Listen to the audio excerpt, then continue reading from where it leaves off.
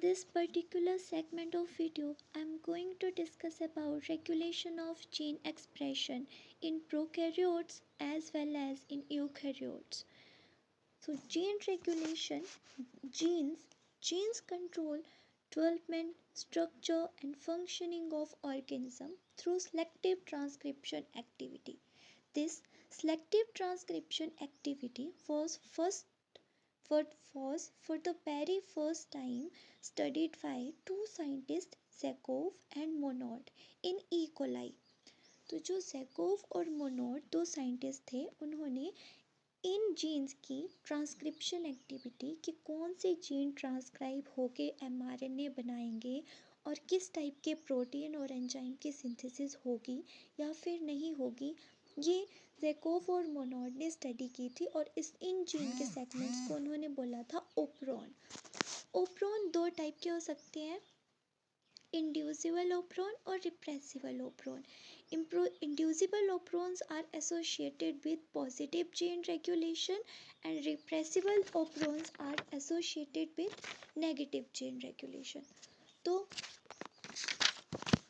first of all, starting with inducible operon system. Inducible operon system are type of positive gene regulation.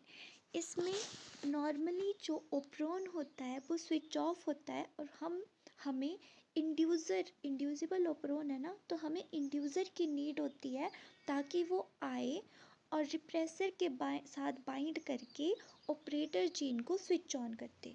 तो overall ओप्रोन को on करने के लिए inducer की need होती है, ऐसे नॉर्मली ओप्रोन जो है वो ऑफ रहता है।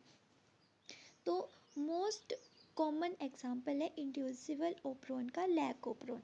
लैक्टोज ओप्रोन की मेटाबॉलिज्म में हेल्प, जो लैक ओप्रोन है वो लैक्टोज की मेटाबॉलिज्म में हेल्प करता है और ये कैटाबॉलिक पाथवे के थ्रू रन करता है।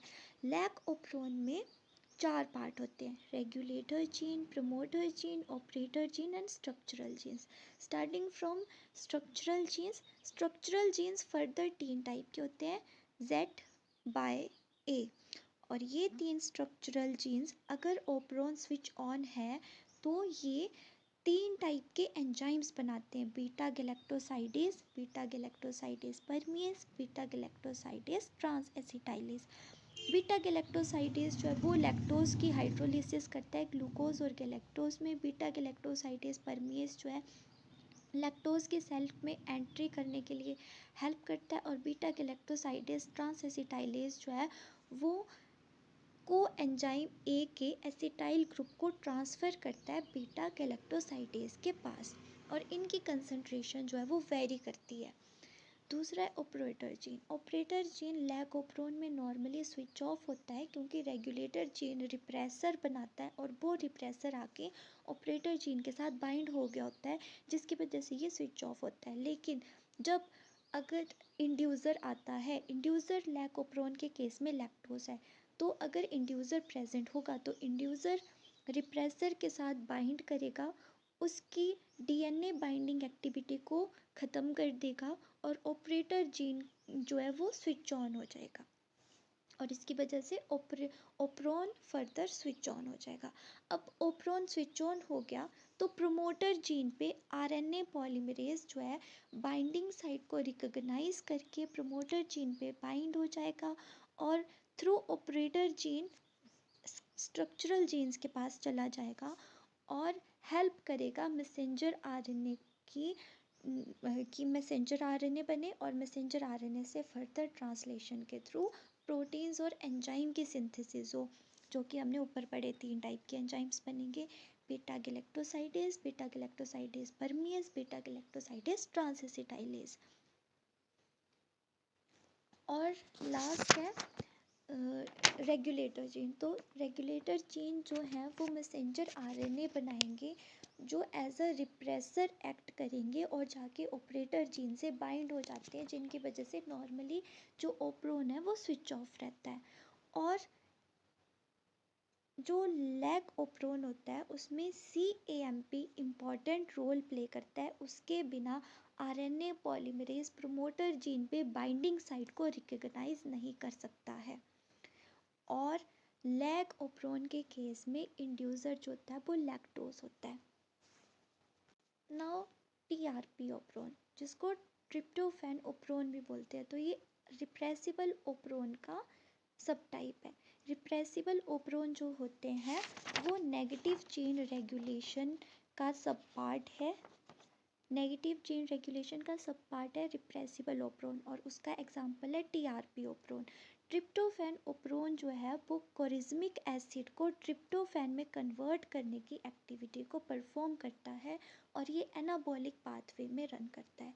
टीआरपी ओप्रोन नॉर्मली स्विच ऑन रहता है क्योंकि जो रेगुलेटर जीन एपोरिप्रेसर बनाता है वो इतना स्ट्रॉन्ग नहीं होता है, उसकी इतनी प्रॉपर स्ट्रेंथ नहीं होती है कि वो ऑपरेटर जीन को ब्लॉक कर पाए।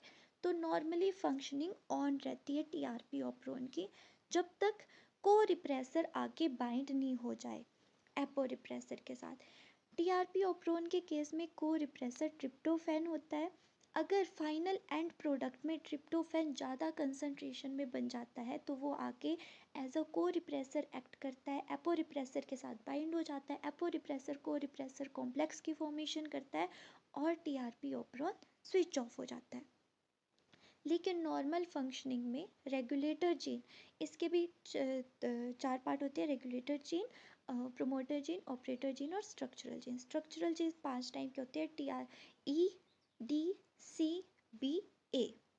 ओके, तो रेगुलेटर जीन है वो मैसेंजर आरएनए बनाता है। मैसेंजर आरएनए फर्दर एपोरिप्रेसर की फॉर्मेशन करता है। ये एपोरिप्रेसर जाके ऑपरेटर जीन के साथ बाइंड हो जाता है ताकि उसकी फंक्शनिंग को ब्लॉक कर सके, लेकिन इसकी स्ट्रेंथ इतनी ज़्यादा नहीं होती है कि ये ब्लॉक कर पाए। जो एपोरिप्रेसर है वो प्रोटीनेशियस सब्सटेंस होता है, और जो को रिप्रेसर है वो नॉन प्रोटीनेशियस सब्सटेंस होता है। अगर एंड प्रोडक्ट में ट्रिप्टोफैन ज़्यादा बनता है तो वो आएगा एज अ को रिप्रेसर एक्ट करेगा और इसकी फंक्शनिंग को ब्लॉक कर देगा।